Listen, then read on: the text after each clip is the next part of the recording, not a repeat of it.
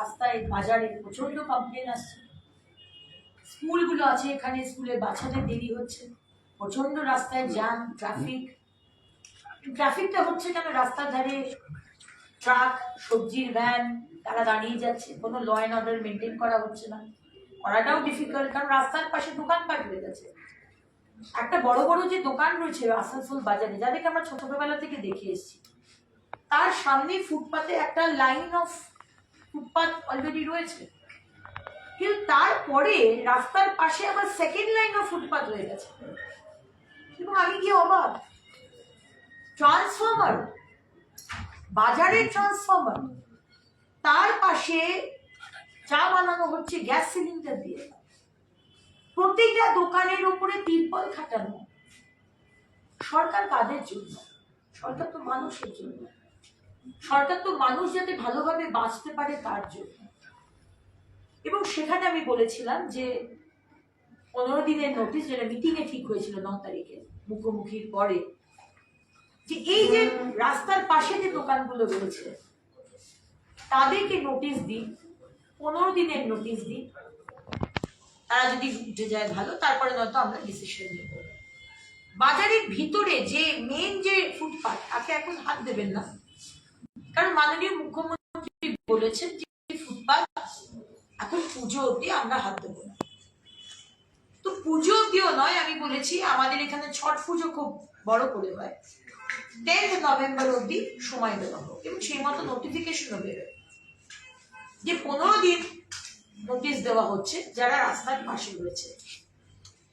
কিন্তু কিছু ব্যক্তির, আমি জানি না কি করে মিসআন্ডারস্ট্যান্ডিংটা হলো, 3 জন ব্যক্তির, আমি বলবো না ইচ্ছে করে করেছে, সেটা আমার মনে হয় সেটা ঠিক হবে না, হয়তো কোনো ভুল বোঝাবুঝি হয়েছে, কিন্তু না কমিশনার জানেন, না অ্যাডমিনিস্ট্রেটর জানেন, না আমি জানি, হঠাৎ করে এই দোকানগুলো ভাঙচুর করা হলো।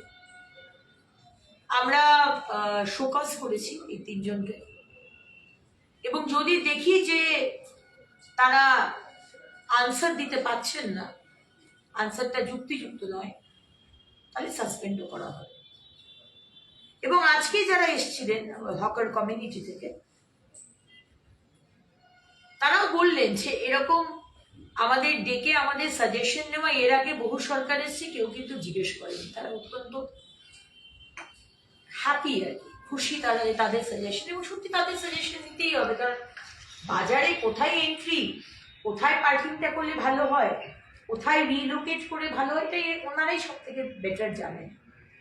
তাই যেটা কথা হয়েছে যে গির্জা মোড়ের যে জায়গাটা সিপিএম আমলে হয়েছিল, আমি জানি না কোন আকেলে তারা এরকম বানিয়েছিল, এত ছোট ছোট দোকান, এবং দোকানের মাঝখানে যে প্যাসেজটা খুবই ছোট, দুটো লোক দাঁড়ালে, দুটো ক্লায়েন্ট দাঁড়ালে, পাশে মানে কাস্টমার দাঁড়ালে 3rd যাওয়ার জায়গা হবে না।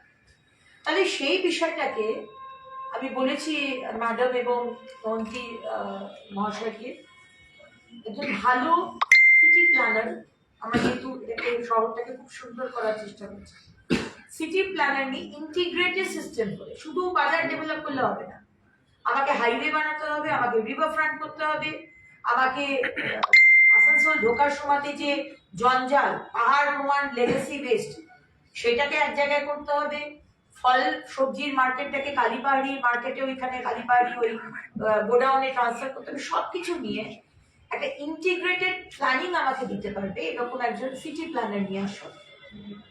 আমরা আপাতত যাদের দোকানকে ভাঙা হয়েছে, আমি বলেছি হকার্স ইউনিয়নকে একটা লিস্ট আমাকে দিতে, আজকে 3টের মধ্যে তারা দেবেন লিস্টটা, কারা, তাদের ফোন নাম্বার, আর তারা কত নাম্বার শপ ছিল, আর তারা কি ব্যবসা করত, তাদেরকে আমরা ফর দ্য টাইম বিং, আমরা পাটোলা মার্কেট যেটা বলে, যেখানে ভুটানিজরা সোয়েটার বিক্রি করতে আসে শীতকালে, সেই মার্কেটে আমরা তাদেরকে রিলোকেট করবো যতক্ষণ না আমরা অন্য জায়গাগুলো ডেভেলপ করছি।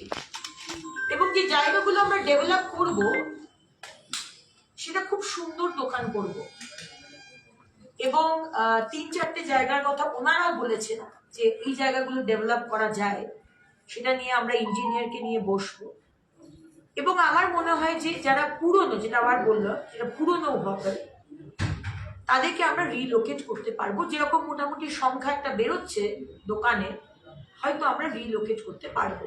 যারা পুরনো, আবার করে বলছি, তার সার্ভে করে নাম হকার্স ইউনিয়ন আমাদের দেবে। আর এর সাথে সাথে আমি আরেকটাও বলে রাখি, নোটিশ দেব গির্জা মোড় থেকে কালীপাহাড়ি, 15 days অফ নোটিশ। যারা রাস্তার পাশে রয়েছেন, এক তো সুপ্রিম কোর্টের অর্ডার, আপনি ফুটপাত দখল করতে পারেন না। সাধারণ নাগরিকের চলার রাস্তা তাকে দিতে হবে, এটা গণতান্ত্রিক অধিকার। আজকে আসানসোলে বা পশ্চিমবঙ্গে গণতান্ত্রিক অধিকার চলে গেছে। 30,000, 40,000, 1 লাখ টাকা দিয়ে জায়গা দিয়ে দেওয়া হয়েছে আগের সরকার, তার আগের সরকার। দোকান বসে গেছে, মানুষ, বাচ্চা, মহিলা এখন রাস্তা দিয়ে হাঁটছে, ফুটপাত তো নেই, অ্যাক্সিডেন্ট হচ্ছে। আমরা সবার কথা চিন্তা করব। তাই আপাতত 15 days এর নোটিশ দেওয়া হবে যারা রাস্তার পাশে, আবার বলি ব্ল্যাক টপের পাশে যারা রয়েছেন, 15 days এর নোটিশ। এবং বড় বড় দোকানকেও নোটিশ দেওয়া হবে যারা সামনে এক্সটেন্ড করে মিষ্টির দোকান, রোলের কাউন্টার বানিয়ে নিয়েছেন, লুচি ভাজছেন, জুতো, যত না ভেতরে জুতো তার বাইরে জুতো স্ট্যান্ড সাজিয়ে দিয়েছেন, ফ্রিজ, টিভি বিক্রি করছেন, সমস্ত ফ্রিজ, টিভি দোকানের বাইরে ফুটপাতে সাজিয়ে রয়েছে। এগুলো কিন্তু ফুটপাতটা মানুষের, সাধারণ মানুষের।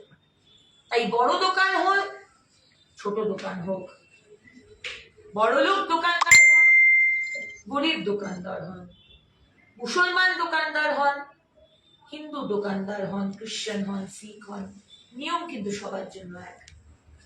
তাই আমরা এই বিষয়টি জানাচ্ছি। প্যান বেঙ্গল আমরা চাই শহরটাকে সুন্দর করে ব্যবসাও অত্যন্ত জরুরি।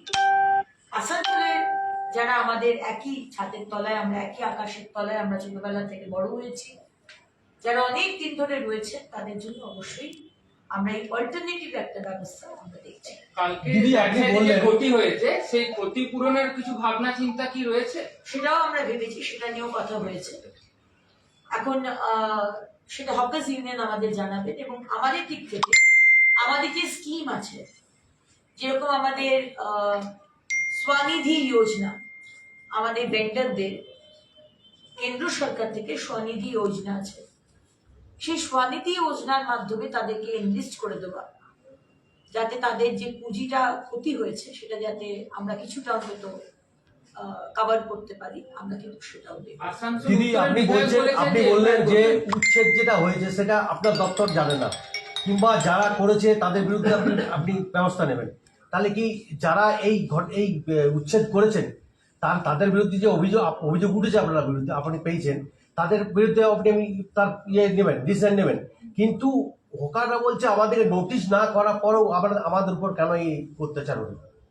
সেই কথাটাই তো বললাম, নোটিশ যদি করা হতো তাহলে তো আর এই প্রশ্নের উত্তর আমাকে দিতে হতো না।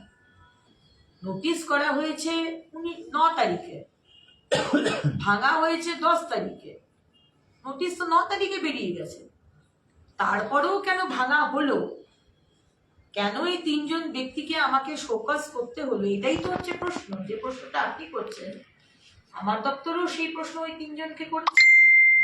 আসানসোল উত্তরের বিধায়ক আজ হকারদের সঙ্গে কথা বলেন এবং উনি ওখানে দাবি করেন যে আমাদের সরকারকে অনেক সময় বদনাম করার জন্য কিছু কেউ বা কোনো পুরো আধিকারিক বা কর্মী এটা করে থাকবে, যারা সেই সময় তৎকালীন পূর্বতন সরকারের হয়তো তারা ঘনিষ্ঠ, এবং তিনি এফআইআর করবেন বলে নিজেরা এফআইআর করেছেন আসানসোল দক্ষিণ থানায় গিয়ে।